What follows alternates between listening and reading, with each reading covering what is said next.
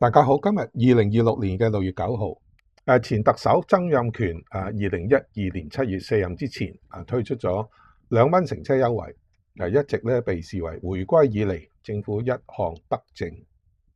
特首李家超上咗任之後就向呢個政策開刀，今年4月開始2蚊優惠就以10蚊車程劃界，10蚊以下維持2蚊，10蚊以上車費就打2折。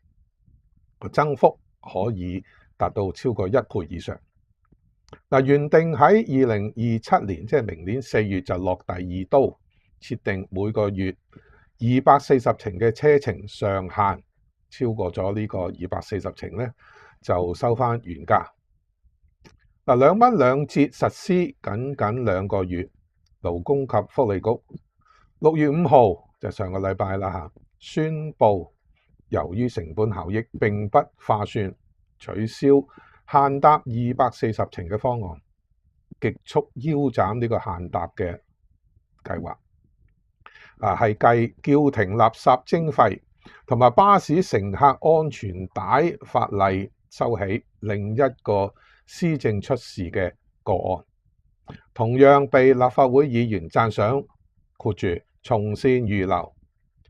傳媒知識分子同樣少跟進呢個事件，社會反應就2個字：嚇哦。政圈人士一直有香港社會高度政治化嘅講法，2蚊2折、垃圾徵費同埋扣安全帶規定都係民生議題，政策突然告吹變咗樣，限搭方案超前取消，長者真係所謂倒抽一口涼氣，議題迅速消失。2蚊2折政策由制定拍板到實施叫停下一步，反映咗公共政策工作粗疏，立法會審議是是但但，傳媒監察乏力，公民政治疲累麻木。港府施政接二連三出事，治理水平走下坡，民間彌漫住無心無力感。香港進入後國安法年代，愛國者治港全面落實。近年發生宏福苑大火、2蚊2折等政策連番出事，睇到嘅乜嘢呢？就係國家安全未見具體威脅，內部管治咧就頻頻失火。勞福局上個禮拜5喺社交平台宣布取消原本明年4月實施嘅240程車程上限，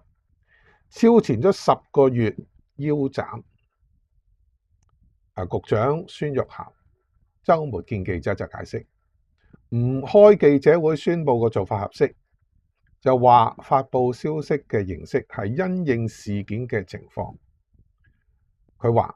最重要嘅係可以及時告知公眾政府最新嘅決定。國安法就加料啦，立法說法就係早一日得一日。2蚊2折車程上限拍板，明年4月先至實施。縮水2蚊優惠推出咗只係有2個月，政府即叫停下一步，都有早一日得一日咁嘅意味。施政令人感覺到兒戲，長者虛驚一場。孫玉菡一句唔理想咁嘅講法都冇，更加唔好講話唔好意思啦。孫玉菡解釋，頭2個月實施咗2蚊2折嘅數據顯示，每個月乘搭超過240程嘅受惠人士，僅大概係450人。推行限程，每年只係能夠慳返幾十萬嘅公帑，但係更新同埋測試系統就需要耗資3000幾萬，成本效益並不划算。勞福局早前向立法會特別財委會提交文件嘅時候，已經提到2蚊優惠計劃全面實施實名制之後，每年第1年受惠人士大概係259萬，當中有13萬係60歲以下殘疾人士，有220人每個月平均乘搭超過240次，係220人。政府喺提交俾立法會嘅時候，即係話一早其實已經知道乘搭超過240程嘅人數極少，亦都早知更新系統涉及以千萬計嘅開支，限程嘅方案無聊瑣碎，添煩添亂。孫玉菡年薪超過400萬，局內一個初級嘅政務官年薪亦都超過100萬，政策制定基本估算功夫都未做好，朝令夕改，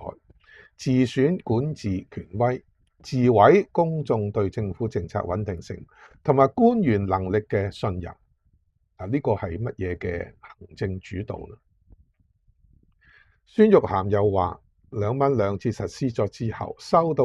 殘疾者嘅反應，話部分殘疾者比一般人轉車更多次先至可以到達同樣嘅目的地，亦都有殘疾者需要年長照顧者陪同出入，每個月240程未必足夠。佢又認為限程嘅方案將會影響部分殘疾者出行，包括就醫覆診、接受康復服務、工作等生活需要，亦都可能令到長者擔心超出限制，徒添心理負擔，因此決定不推行。孫玉菡就自己爆話實施之後先至知道2蚊2節同埋限程係會為殘疾者添困難，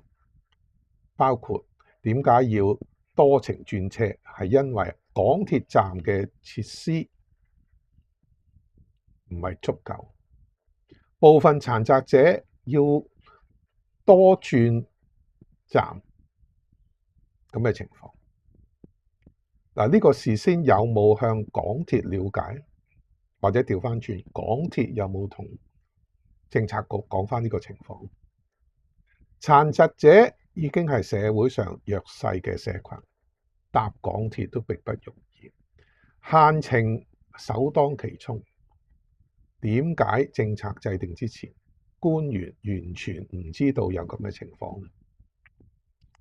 呢？政府嘅施政多甩漏，繼叫停垃圾徵費同埋安全帶之亂之後，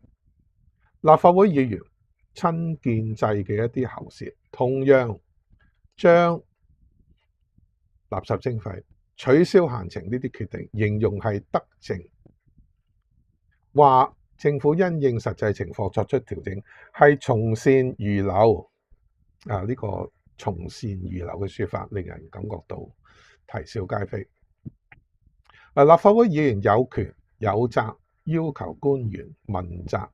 詳細解釋忽然取消、提前取消限程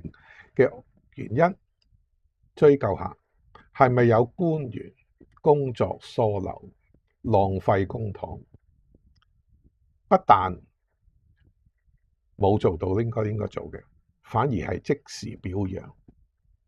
呢個係咪有縱容官員缺失，將政策對錯模糊化之嫌？2蚊2節本身具爭議性，240程車程上限方案亦都大有問題。最終而家就以唔划算了結咗，少做一件錯事，決定可以咁講係正確，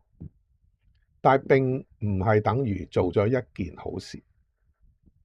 或者推出咗一項德政。當然，假如個標準、個期望已經下調咗，